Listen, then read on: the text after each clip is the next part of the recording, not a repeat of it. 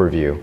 And I'm going to talk today about sort of all the dimensions of the philosophy, the technique, and the long-term thinking about fat grafting. I've worked with surgeons that have done washing. I've worked with surgeons that have done centrifugation, some 1 minute, some sprinkle some kind of magic powder around the room, and it doesn't really matter. I think it's more important that you find individuals that have had long-term success and follow their methods.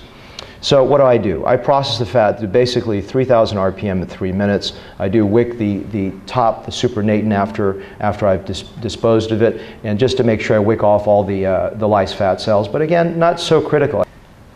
The idea is not to overcorrect. I think we have to really move away from thinking about trying to put too much fat in and hoping that some of it will stay, because if we start doing that, we create long-term risks. I'm going to specifically talk about that as we come up in a few minutes. And then I'm also going to talk about how to avoid bulges and lumps, and I think it's going to be expressed more clearly as we go through the technique itself.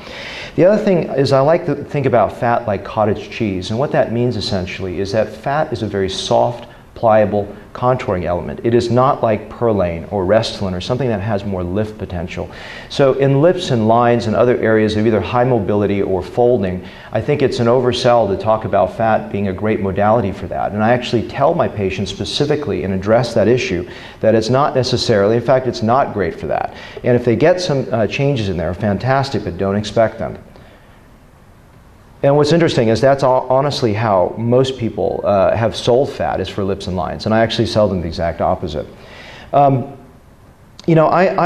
unlike some of my colleagues, look at fat as a principal way to rejuvenate the face. It is complementary in nature. I don't think we have to throw the baby out with the bathwater. There's many ways to do this. If you're doing great brow lifts, then fantastic. Continue.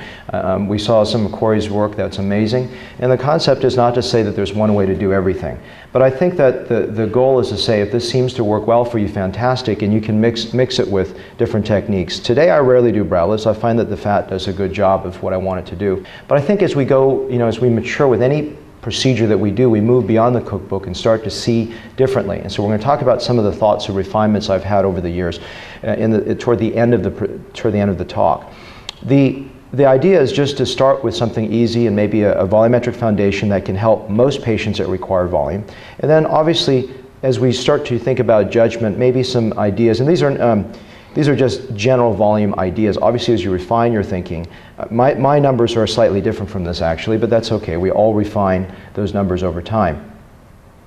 Fat grafting is not just visual, it's actually extremely tactile. And I think that a lot of times when we're trying to see the changes as we're putting the cannula through, we really can't. We're feeling it in 3 planes.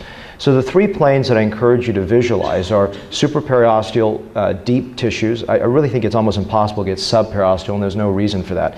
And then sort of this mid-vague plane, sort of into the middle SMAS layer. And then up into the very sort of subcutaneous plane. These are areas that I will allude to as I go through the technique in a moment. I usually place in terms of cc's anywhere between, if it's conservative, a half a cc all the way to being very aggressive, maybe 4 to 6 cc's if you want to know total numbers. The prejowl sulcus is an important area to think about, because instead of just reducing the jowl or lifting the jowl, we got to see the bony absence in the front of it. And that area is a 3-dimensional cylinder. I put as much volume oftentimes into the lower portion of the jowl, in other words below the mandible, as I do into the anterior chin. We're going to talk in a few minutes, I'm going to save that for a moment and talk about the importance of the anterior chin. Another refinement that's come to my mind in the last couple years, and I've really been liking some of the changes there. We're going to talk about that in another context, so we're just going to hold off.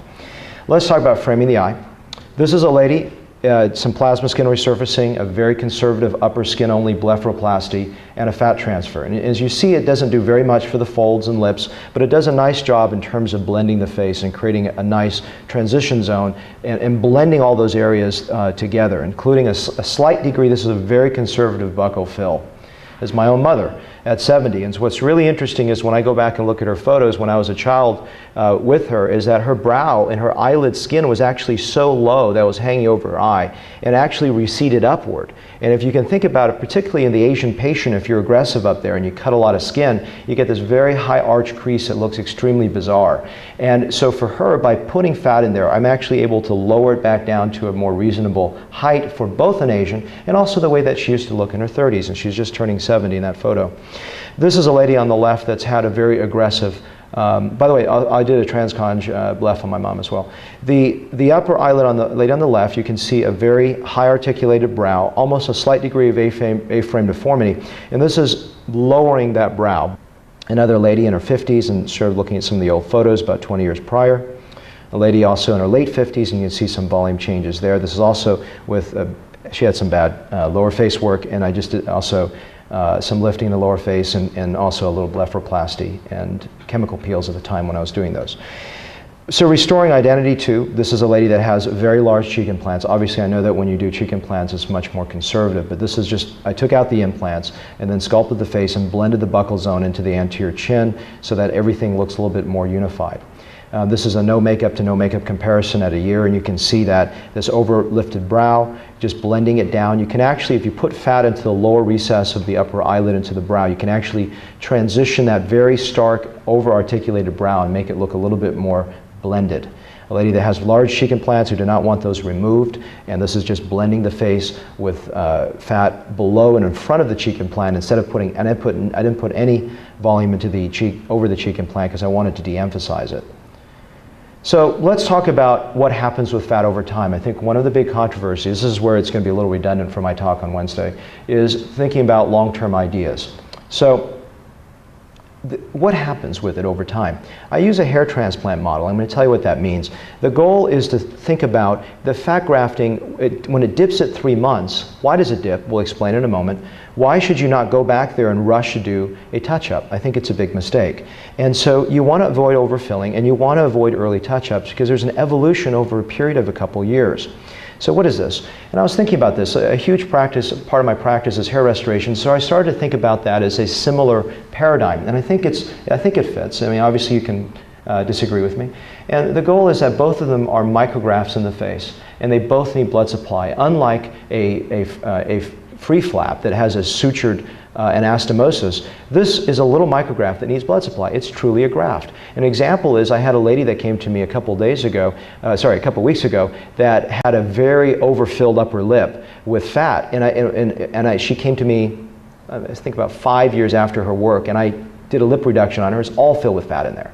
So the fat is there. It's not fibrosis. It's not 5 years of edema. This is truly a fat graft, and that's why you've got to be very careful, especially with people that fluctuate in their weight. And this is an example that what happens in the early phases, you get what's called a primary and secondary inosculation phase that turns into neovascularization about 6 months out. And so what do I see in the world of hair? I see that at about 6 months that the hair in majority starts to grow, and it grows up to 18 months. But most of the growth occurs between 6 to 9 months, a little less between 9 to 12 months, and a little less between 12 to 18 months with some variability. This is exactly what I see with fat. But the only difference with fat is that there's edema in the early setting that mimics a result. So you all get excited for a few weeks. But the idea is don't get excited, because as the fat cells start to shrink a bit, at 3 months you may get either a profound dip or you may get a very minimal dip. Well, let's reinforce that visually. Here's a lady at 48 who's had a facelift on the left and not very satisfied, came to me to do some fat grafting. This is a week out, obviously puffy, slightly bruised. And at a month, still a bit cheeky, but not bad. And if she had that result to end with, I think she would have been quite happy. Then at 3 months, if you look at her, it's probably a better volume shape for her. Maybe it looks better for some of you, maybe it doesn't. This is 6 months out, and if you look, maybe she dipped here. Maybe there's a little bit less than you would like to see at 3 months. That's where some of the variability goes. At 11 months, I think it looks even better. And then if you look at 15 months, I think this is really where she's ending, although she still, I think, has a little room for shaping and blending up to 2 years out. And this is no skin treatments, this is no, well, she did Botox over that year, but she did nothing else, no facelifts or anything else, and no skin resurfacing treatments. I'm going to show you a profound dip. This is a lady at a week, and a little bit bruised, a little bit puffy, but looks younger. And this is at 3 months, I didn't see her at a month, and there's a profound dip where you would say, boy, this is not so good. And then as you get into about a year, there's almost this better improvement. What is it? And I think there's too much emphasis on stem cells. I don't think any of us really know how much that plays a role, but I think it's just the way that light plays on that face. And this is the same room, same lighting, but there's more light that dances off a face when there's more volume. Even if she's slightly undercorrected under the eyes, there's still a nice change to the facial shape. And this is again showing how important that buccal transition zone is going into the lower face, so she doesn't have, if you think about it, she has a very triangular face to begin with. If I just put put face fat into her cheek, so it just would have been overemphasized in that region, but it's better blended. This is a lady at about a month out, okay? And this is about 3 months out, not really a dip. So here's an example of no dip at 3 months. This is about 9 months out, and maybe it looks worse. Maybe it looks better at a year. There's these slight changes that occur, and it's so hard to predict exactly when a dip should occur. But generally speaking, it's between 3 to 6 months. This is no skin resurfacing, and this is 2 years out. And you can see there's ongoing improvement in her result. This is a book I wrote, so it goes through more of the technique involved, okay? And I think that's basically it. Thank you.